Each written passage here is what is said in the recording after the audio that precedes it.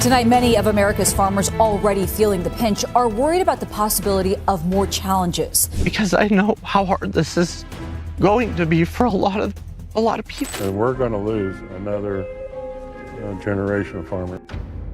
For years, American wheat held a kind of quiet power, moving through ports, crossing oceans, and anchoring deals that shaped the global food system. It wasn't flashy, but it was dependable. Countries counted on it. Farmers built their livelihoods around it. And for a long time, it seemed like nothing could shake its place in the world.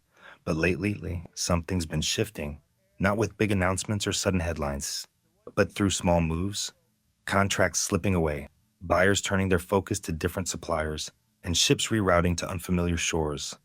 It's not a collapse, but a slow unraveling. And behind that unraveling is a deeper story about how the foundation of a global trade giant started to crack. What happened to American wheat? And more importantly, why now? Let's find out. It didn't start with headlines or grand announcements. The shift began in the background, almost unnoticed at first, in quiet ports and rural silos. There were canceled orders with no explanations, warehouses overflowing with unsold grain too, and fields left untouched long past the harvest window. In the middle of America's wheat belt, the old certainty that crops would always find a buyer began to fade. Farmers facing no place to send their grain made decisions that would have once been unthinkable. Some destroyed their own harvest rather than let it rot in place. One of the earliest cracks appeared in a market far closer to home, Mexico. For decades a steady and substantial buyer, importing millions of tons annually, began to pull away. The relationship had been built over generations, strengthened by proximity and volume. But by mid-2025, American wheat shipments to Mexico had fallen sharply, nearly 40, lower than the year before. The gap wasn't left empty for long. Canadian exports surged by more than a third, while newer suppliers, including Argentina, stepped in. The reasons went deeper than pricing. Mexican importers had grown weary of unpredictable rules, tariff adjustments without warning, sudden revisions to export paperwork, and delays at the Texas border that held up entire shipments. Storage costs mounted, supply chains jammed, and food prices crept upward. North of the border, Canadian suppliers offered a different experience. Their terms were consistent, documentation was clean, and shipments arrived when they were promised. Facilities in Manitoba were upgraded specifically to meet Mexican inspection requirements, ensuring cargo cleared quickly. By the end of the second quarter, Canadian wheat flowing into Mexico had climbed 37.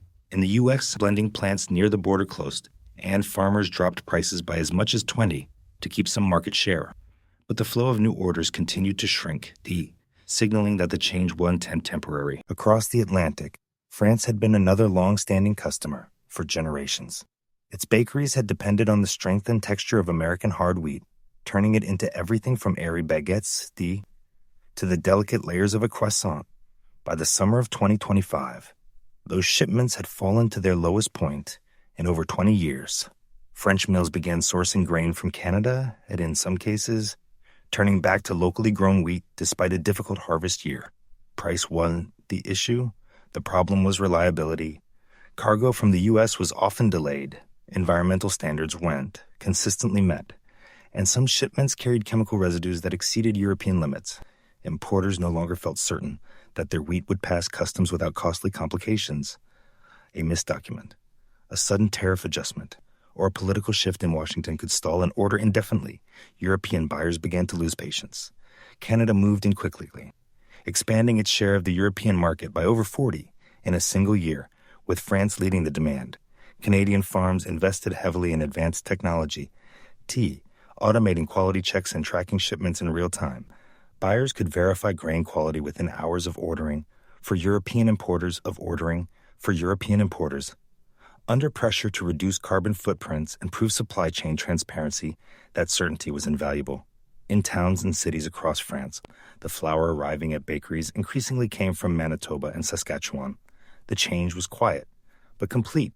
Meanwhile, the collapse in another key Asian market was even more sudden. South Korea had been a loyal buyer for nearly 4 decades, too. Its food industry relying on U.S. wheat for staples like ramen, packaged breads, and pastries, large companies had designed their production lines around it. The relationship was steady because it worked. Yet, between late 2024 and the middle of 2025, the U.S. share of the South Korean market dropped from over a third to less than 17. The turning point came when South Korea tightened restrictions on glyphosate, a common agricultural chemical. American wheat often tested between 200 and 400 parts per billion, p, far above the new limits. Canadian and Australian wheat, by contrast, tested between 30 and 70. The decision for Korean buyers was simple. One option carried higher insurance costs, Indian increased testing, and the risk of rejection at port. The other met the standard on arrival and came with full digital traceability. By June, American wheat was nearly absent from the docks of Busan and Incheon. Canadian cargo arrived without delays, and in the boardrooms of major Korean food producers, the U.S. was no longer part of sourcing discussions. Canadian producers had prepared well for this opening. They invested in research to develop durum varieties with ideal cooking texture, built logistics systems synchronized with factory schedules, and integrated inspection directly into delivery. Orders arrived exactly as promised, without questions or last-minute changes. For Italian pasta makers, the decision was as much about confidence as quality. The grain from Saskatchewan met their needs without introducing uncertainty. In places like Bologna and Naples, the flour feeding the pasta industry increasingly came from Canada, not the American Midwest. But perhaps the earliest and most telling sign of change had come from the Philippines, a market once dominated by American wheat. For years, it imported roughly 3 million tons annually, with up to 90 supplied by the U.S. That trust began to erode in May 25. A leading milling company abruptly canceled a 12,000-ton order without negotiation or delay, then signed a new deal within days for 110,000 tons from Canada and Australia. The decision revealed that buyers were looking for more than low prices. Although American wheat was still $8 to $10 per ton cheaper, cost no longer outweighed risk. Delaware lays were becoming routine. Insurance costs were rising, and political uncertainty in Washington made importers wary. Every shipment seemed to carry more potential for disruption. The effect in the American heartland was severe. Freight activity slowed. Inland ports saw fewer departures, and storage facilities in states like Kansas and Nebraska filled far beyond normal capacity.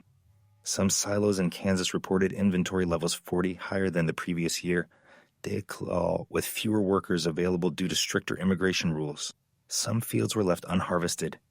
In certain areas, farmers set fire to unsold grain rather than let it decay in place. Back in Manila, bread prices told a quiet but telling story. Delays in American shipments drove the price of pandesal up by more than 11 in under a month. When Canadian wheat arrived, prices stabilized. There was no public outcry or political drama, only a smooth handover from one supplier to another. The Philippines had joined the growing list of countries placing their confidence elsewhere. By the midpoint of 2025, the pattern had become impossible to ignore. Across markets as different as Mexico, France, South Korea, Italy, and the Philippines, the U.S. wheat was losing ground to competitors who had learned how to anticipate the needs of a changing global trade environment. These buyers went chasing the cheapest offer. They were seeking security, consistency, and straightforward business relationships. The core issue went beyond temporary disruptions. It was a shift in perception. American wheat, once the standard against which others were measured, no longer carried the same reputation for reliability. Policy swings, regulatory lapses, and inconsistent delivery schedules created hesitation in boardrooms thousands of miles away. Canada, in particular, had built a reputation for dependability, not through marketing, but by quietly delivering exactly what was promised. Recovering lost ground will demand more than competitive pricing. The market is now defined by expectations of precision, transparency, and a steady hand in the face of changing conditions. Those qualities are what keep contracts secure and buyers loyal. The countries that once built their supply chains around American wheat have already adapted to new partners. Winning back that trust will be a long process, measured in consistency rather than words. That's all for today. Do not forget to like and subscribe to the channel. Catch you in the next one.